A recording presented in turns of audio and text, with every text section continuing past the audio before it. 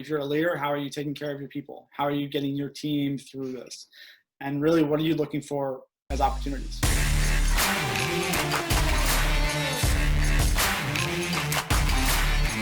I'm here with Dan Mulroy. We know each other from Elite Meet, and before we met, he was in the SEAL teams for 14 years. And after we met in Elite Meet, I just thought he was pretty damn awesome. And so I wanted to see if there's any way that we could work together. And we actually started working together at my company, Debt Maven. One thing led the next, and eventually we decided to team up and partner. And then I just learned a lot about kind of how he thinks about not just business, but the world and how to think clearly. We decided at the end of 2018 to shut down the business. And since the end of 2018, he started a successful consulting business. So I thought it'd be interesting, especially given the economic and healthcare context that we're in, to hear how he thinks about prioritizing, how he thinks about leadership, and how to survive when we don't know if we can. When you look at like your life story, it's probably one of the more compelling life stories I've ever heard. Would you mind sharing that with people? And because I think it could give a lot of hope. And then we could also talk about the other quote that you had about hope. But let's start off with sharing your life story. Yeah, so life story. I grew up outside Philadelphia. Typical, a childhood. My dad runs his own business. He's a contractor, very successful, never marketed ever. My mom's a school teacher, and I left and went to the Navy right after high school. College was not going to be for me right then. I would have wasted 4 years. I would have drank myself into oblivion. So it was the best choice ever. I got lucky. The recruiter showed up at the high school. We got to talking. I signed some paperwork. He called me that summer, and I was filling out college applications and didn't know what to do, what I wanted to do. So he said, "Hey, why don't you come down and see what I have to offer?" So I did. And some paperwork later, I found myself shipping off to boot camp right after high school. And I went right in to be a Navy SEAL. Incredibly fortunate to have gotten really lucky and found a career, or an early part of my life career that I really loved. I learned a ton through that. I essentially grew up in the teams. I have a lot of brothers that I respect who are still in. Towards the end of my career, I made the decision to get out, mainly because I wanted to have a family. The war was over, and I felt like it was just time to move on and do something else. And interestingly enough, I'm getting out of the military, and 6 weeks before I'm supposed to leave the military, and 2 weeks actually before my oldest daughter was born, I get diagnosed with cancer. So you can imagine I'm sitting in my house. Wait, how many weeks before your daughter was going to be born? 2 weeks. So you get diagnosed with cancer 2 weeks before your first daughter is about to be born. And by the way, you're getting out of the military. Yes. Yeah. No. So no job in 6 weeks. I have cancer, newborn, packing boxes all around me. Still haven't sold my condo down in Virginia Beach. So trying to convince the surgeon to give me surgery before my wife goes into labor. She's having contractions at this moment. So it's interesting though. It's funny what stress can do to you. And in that moment, my wife is having contractions. She's going through early labor. We find out I have cancer, and her contractions stop for 3 days. And it wasn't actually, no, over 3 days, for like a week. And it wasn't until I had a full body scan and we found out that the cancer hadn't spread. I had tongue cancer. It hadn't spread. That her contractions actually started again. Literally found the news out. Her contractions started that night. And 3 days later, she went into labor. We had my oldest. So fight or flight, her body was not letting her have that baby, because of the perceived threat that was going on. So, when you look at stress, just as in what it does to the mind and what it does to the body, so much of your career has been spent pushing through stressful moments. What was it like when you went through your first tests? How did you get through those first set of stressful moments in training? And then throughout deployment and through the rest of your career, what are some of these other stressful moments and how did you get through that? Look, I think you get a little bit of inoculated to stress. It's like for anybody who's tried to wake up early in the morning, that first time is really hard. It never actually gets completely easy, but you kind of build the muscle memory of how to do it. So over time, you get inoculated with stress, you get used to it. You learn to be mindful of what's going on in your body when it happens. So for me, when I get stressed out or I get like focused or tense, I feel my shoulders pull up, right? I can feel my brow kind of like go like this. And I have to just, I feel that, I catch that and I'm like, all right, just relax, take a breath and just relax. Your body's going to hold that stress, that energy somewhere. And you got to like find out what it does for you. And that's your first thing. You have to be mindful of it. You have to realize what's going on. That's until you do that, you can't recognize it, right? You can't recognize it's affecting you. So number one, recognize it. And then you have to do something. In buds, it's really easy. You just do the next thing. What I would say is look, the mental stress that goes on in buds, every evolution in buds is not that difficult, right? The 4-mile time runs, the 2-mile ocean swims, the time standards are not that difficult by themselves. Right? The surf torture is not that bad by itself. Anybody can do any of these things for an hour. However, you add them all on top of each other, and it's that stress that builds and builds and builds. And for the person who's not able to separate, oh no, I have to do this today, I have to do this tomorrow, I have to do this next week, I have to do this for the next 6 months, no one can deal with that. No one can handle that amount of pressure and stress. So you have to stay very focused in the moment and just get through the next hour. I'm just getting through this evolution. I'm just getting to lunch. And that's all you do day in and day out. So today, COVID, you're a business owner, you're an M&A, you're PE fund or wherever that is. You just need to focus on what you're doing today. You can't focus on what the market's going to do on Monday, right? What the jobs numbers are going to look like next week or the end of April. You can't do that.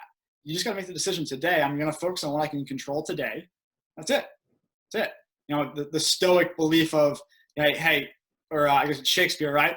Nothing good or bad ever happens except what you say is. I'm going to screw the quote up, but that's it, right? Like it's your reaction to those things and how you think they're good or bad that really affects you.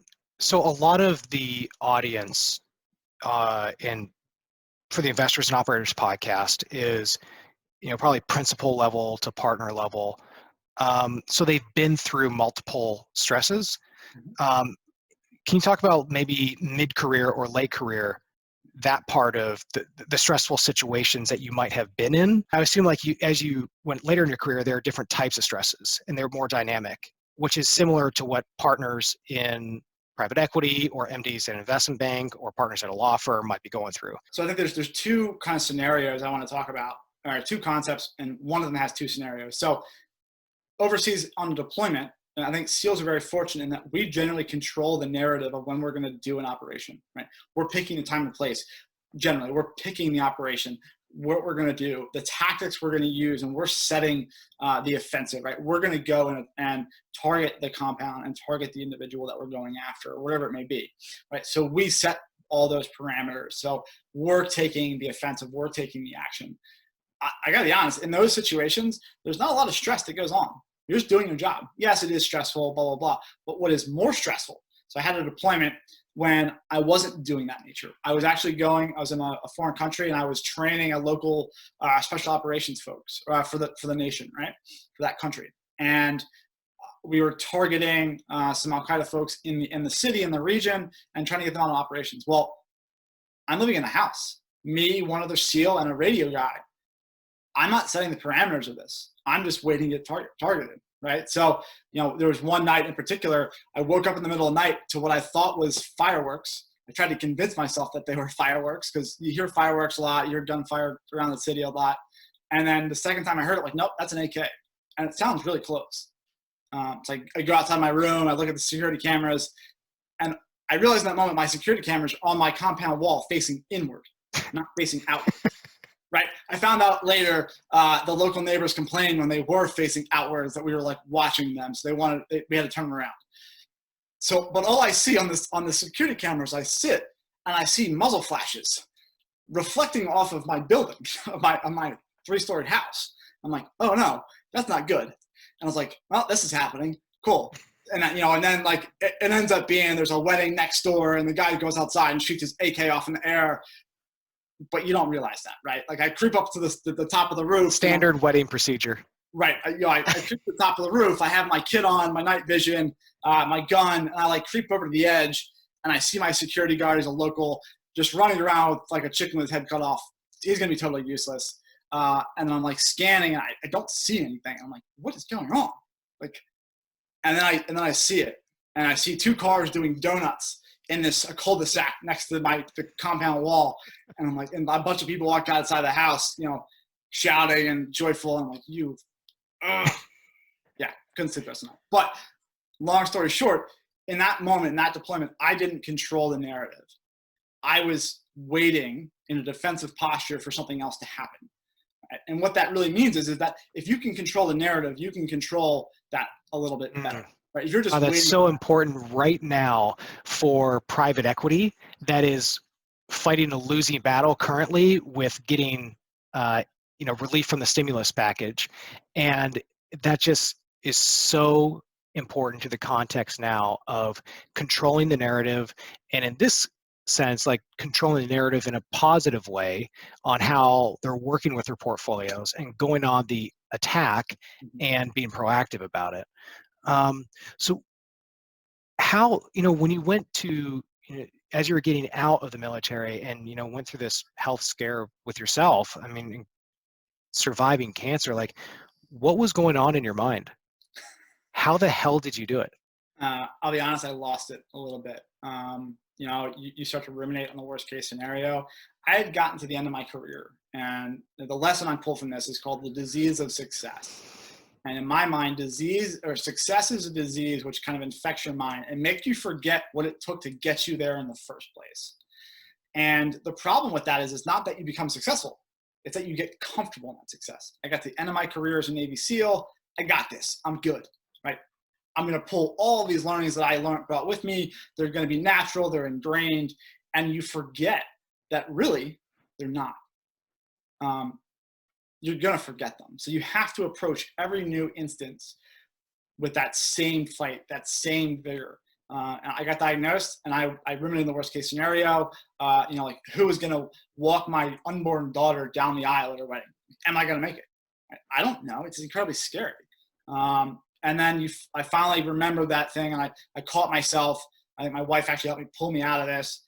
And it was just like, no, I'm going to do everything I can under my power to control this narrative. I'm going to change my diet. I'm going to do intermittent fasting. I'm going to fast. I'm going to do all these things that I can do. I'm going to push to get the scan, right? I'm going to push to get extended to the military so I can get treatment.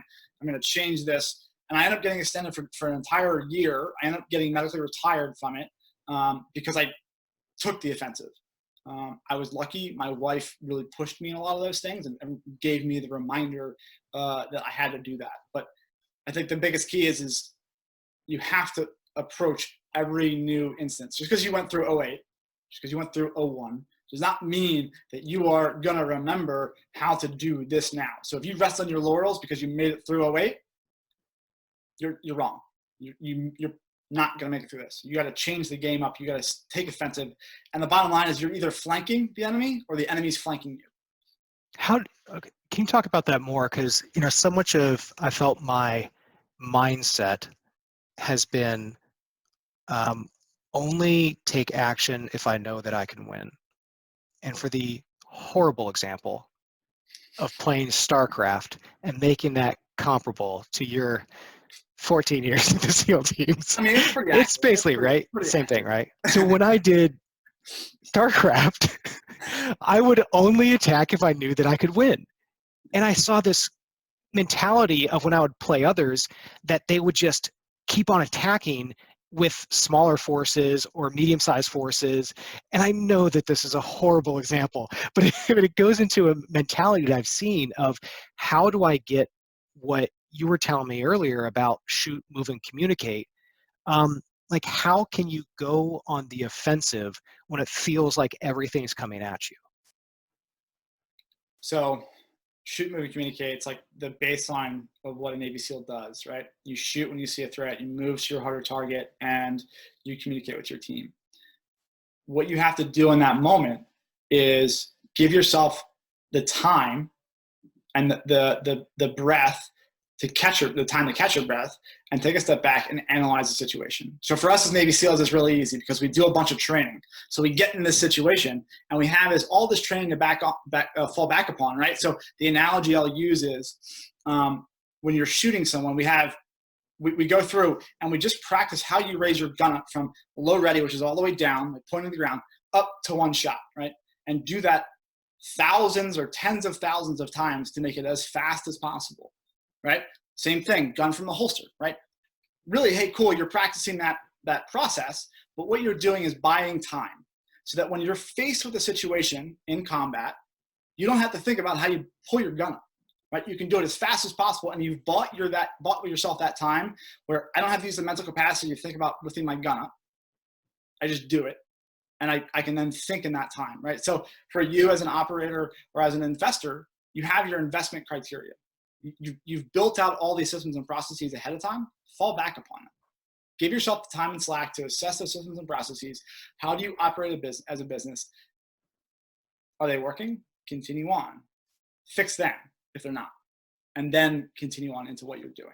But you have to give yourself that breathing room and that the framework or structure and processes to fall within, so that's what guides you. You're not just out in the wilderness making decisions on a whim emotionally. One of the other things that you were talking about is have hope in losing all hope. I have this view that there's hope in losing all hope. And this came to me, I was a SEAL, I was laying in the cold surf throwing buds, and I realized that there, in a moment, if you were thinking about being warm, being dry, having a hot cup of coffee, whatever it may be, that comparison between the hope of being warm and the reality of being freezing cold and miserable made the reality that much worse. But if you lost hope of being cold and you just focused on being present in the moment and realizing, this is what it's going to be, two things happen. A, the cold isn't as bad because you can't hurt me anymore. The instructors who are doing this to me, you can't hurt me anymore. I'm already cold and miserable. You already made me take, my shirt off to lay in this cold surf. Like, what else are you going to do? Leave me here longer? No, you're not. The second part of that is once I lose hope of being warm, I gain that mental capacity back that I've been spent on hoping, and I can focus on what's around me, right? I can focus on the guys around me. How can I help them? So you gain that back. So to me, you got to lose hope of hey, I hope this is just going to end, right? And we'll go back to normal. If you're hoping that's going to happen, it's not going to, and you're going to be stuck. You're going to fail. So you have to let go of that, focus on what you can control now. You're stuck in the cold water. Stay there. And then, so is it a process of first lose hope of false hopes, accept reality. Once you have reality accepted, then you can get back to having hope? Or you can do it. No. How do you balance that fine line between accepting reality and then figuring out how to have the situation improve? You can always hope for better. You can always hope to be warm. You can't wait to be warmer. You can't wait for the market to go back. But you can't allow that hope to affect your ability to make decisions today. Right? So in the moment, focus on the moment. You can have the hope. That's fine. But if that hope's affecting your ability to make decisions or act, that's when there's a problem. So I think you should always just stay present in the moment and deal with what's going on. Stay in reality. Don't live in dreamland. Don't live in the hope of something. When you look at the work you're doing with clients right now, what kind of conversations are you having? First off, can you say kind of what you do, what's the name of the company, and how long you've been around, and what are you doing right now with your clients? Yeah, so the company's 373 North. So it's been around for probably a little over a year since we, closed down Debt Maven. I call myself a leadership and business coach or consultant, and conversations are on one end very zoomed in, micro. What are you doing on a day-to-day basis? Right? How are you controlling your situation? What does your day architecture look like? Hey, are you still getting your workout in? If you're working from home, you got kids. How are you managing that? How are you, are you still getting up at time? Are you being lazy and because you're at home, you can sleep in? What's your diet look like? How can you create patterns and routines, creatures of habit? How are you dealing with that in the moment? That's kind of the zoom in, the micro, right? And then zooming out, the macro. How are you, if you have a team, how are you managing your team? How are you ensuring that you're getting everything you can out of your people? By extension, what's their day look like, right? Or do you have a 9 a.m. stand-up call so that everybody has their start time for the day, right? So that they have something, a routine that they can look forward to. What's that look like? And then, hey, your perspective on these things. How are you viewing this? How can we kind of probe this? If you're stuck inside a box, how can we pull you outside of the box? How can we, if you're in a fishbowl full of water, how can you start to see the fishbowl you're in, to see the problems that are around you so you can start attacking them? And then in addition, the next follow on is, what are the opportunities out there? How do we find those opportunities for you, your team, or how do we set your team so that they can start finding the opportunities? Let's go back to this thing that we were talking about the story that we were writing. Right now, when everyone's in crisis, relationships, personally, professionally, are going through huge periods of test. What is one of the things that you like to discuss with your clients? You can look at what's going on in one of two lenses. A, this is happening to me. I can't control this. There's nothing I can do. Or this is an opportunity. I can test my team. I can harden their resolve. I can test my relationships, my marriage. I can see, hey, is this really going to work? Right? If we can make it through this, we can make it through anything. Right? So how am I framing that? How can I do all of those things? How can I better my company? I saw somebody said that, they're not thinking about renewing their lease in San Francisco, and they're going to save $10 million a year by doing so, because, hey, work from home is working great. So what I mean by that is, you're writing your narrative right now of what you've done or did during COVID-19. You're going to write that story today. So in 5 years from now, in 10 years from now, somebody's going to ask you, what'd you do? You were successful. You made it through. How did you do that? So the question you have to ask yourself on a daily basis is, what do I want that story to be? And how do I live up to it today? That's so important, especially for right now when it's so easy to be very inwardly focused or focused on my needs, my family. And it's so easy to say, I don't have time for this right now. These are when the strongest relationships are formed and built or torn apart, because people realize it's transactional and it's not a long-term relationship. This is the time when true leaders earn their paycheck. Everybody can be a leader, a business owner, when times are good, right? It's easy. What do you think that leadership means? So the quote that I love about leadership, it's I'm not going to try to attempt his name. He's a great philosopher. This is about combat. So out of every 100 men, which pertain to combat, 10 shouldn't even be there. 80 are just targets, and 9 are the real fighters. We are lucky to have them, for they make the battle. But the one is a warrior, and he will bring the others back. To me, that warrior is a leader. And the leader's job is to make the 80 fight like the 9, right? A leader's job is to influence the people around them. A leader's job is not there to do the job. A manager's job is to control, right? Their job is to make things happen. A leader's job is to influence the people who are doing the job. So to me, it's all about how you as a leader influence the people around you. And the second part of that is, the leader isn't supposed to know where they're going specifically, right? I think that's a fallacy. People think the leader should know exactly where we're going. They should be out in the front, leading from the front. I don't know that I agree. I think a leader should be the person who sees the entire battlefield. And by seeing the entire battlefield, they can ensure that they don't get flanked. No one's coming around them. They can see the opportunities that are presenting to themselves. If they're too in the weeds, they can't see what's happening in the peripherals. They get so focused on what's going on. So they need to step out of it a little bit to see the entire battlefield so they can make those individual calls. And they can rely on the lower level managers to make those decisions on the small things. So Dan, we've covered a lot of ground today. Is there a final thought that you kind of want to leave with the audience? I think the final thought just goes back to, what are you doing today to write your narrative, right? If you're a leader, how are you taking care of your people? How are you getting your team through this? And really, what are you looking for as opportunities? If you're an individual, how are you going to stand out in this? How are you going to step up and use this as an opportunity to prove yourself? All right, there it is. My man, it is awesome to have this wonderful Zoom meeting with you. We're keeping more than our 6 feet of distance. All right, dude, talk to you soon. No problem.